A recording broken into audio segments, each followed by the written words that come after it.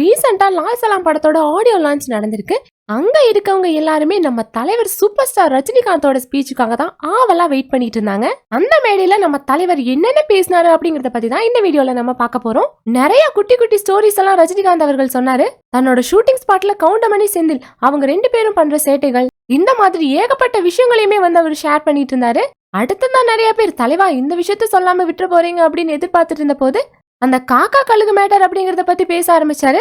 அதாவது நான் ஜெயிலர் படத்தோட ஆடியோ லான்ச்ல நான் பேசின விஷயத்த நீங்க வேற மாதிரி பரப்பி விட்டுட்டீங்க, அது எனக்கு ரொம்பவே வருத்தம் அளிக்குது அப்படிங்கிற மாதிரி பேசிட்டாரு. அந்த அரங்கத்துல இருக்க எல்லாருமே ரொம்பவே ஷாக் ஆகி உறைஞ்சு போய் கேட்டுட்டு இருந்தாங்க. அதாவது ரஜினிகாந்த் அவர்கள் எனக்கு போட்டி விஜய் அவர்கள் அப்படின்னு எல்லாரும் சொன்னாங்க. இது எந்த விதத்துல நியாயம்? விஜய் நான் பார்த்து வளர்ந்த பையன்.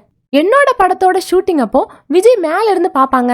அப்போ எஸ்.ஏ. சந்திரசேகர் அவர் சொல்லுவாரு, அவர் வந்து என்னோட பையன் தான், ஆக்டர் ஆகணும்னு ட்ரை பண்ணிட்டு இருக்காரு, நீங்களே கொஞ்சம் அவர்கிட்ட சொல்லுங்க, ஆக்டிங் எல்லாம் அப்புறம் பண்ணிக்கலாம், முதல்ல வந்து படிக்க சொல்லுங்க அப்படின்னு என்கிட்ட சொல்லுவாரு. அப்போ நான் அவர்கிட்ட பேசியிருக்கேன். இப்போ தளபதி விஜய் அவர்கள் படிப்படியா வளர்ந்து ஒரு பெரிய உயரத்துக்கே வந்திருக்காரு. இந்த டைம்ல போய் எனக்கு அவர் போட்டி அப்படின்னு சொல்றது அவருக்கும் கௌரவமா இருக்காது, எனக்கும் கௌரவமா இருக்காது. அவரு இப்போ அரசியல் பக்கம் எல்லாம் போக போறாரு, சமூக சேவை செய்ய போறாரு. அது வந்து ரொம்பவே பாராட்டுக்குரியது.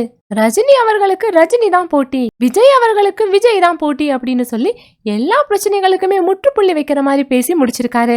இந்த ஸ்பீச்சை கேட்டுட்டு எல்லாருமே சாட்டிஸ்ஃபைட் தலைவா அப்படிங்கிற மாதிரி பயங்கரமா கை தட்டி தன்னோட சந்தோஷத்தையும் தெரிவிச்சுட்டாங்க. நீ தான் காக்கா நான் தான் கழுகு அப்படிங்கிற மாதிரி சண்டையெல்லாம் போடாதீங்கப்பா. அப்படி எல்லாருக்குமே ரஜினிகாந்த் அவர்கள் ஒரு பதிலடி கொடுத்திருக்காங்க அப்படின்னு தான் சொல்லியே ஆகணும். இந்த விஷயத்தை பத்தி நீங்க என்ன நினைக்கிறீங்கன்னு உங்களோட கருத்துக்களை லைக் பண்ணிட்டு கமெண்ட் பண்ணிருங்க. மீடியா அப்டேட்ஸ்க்கு நம்ம சேனலையும் சப்ஸ்கிரைப் பண்ணிருங்க.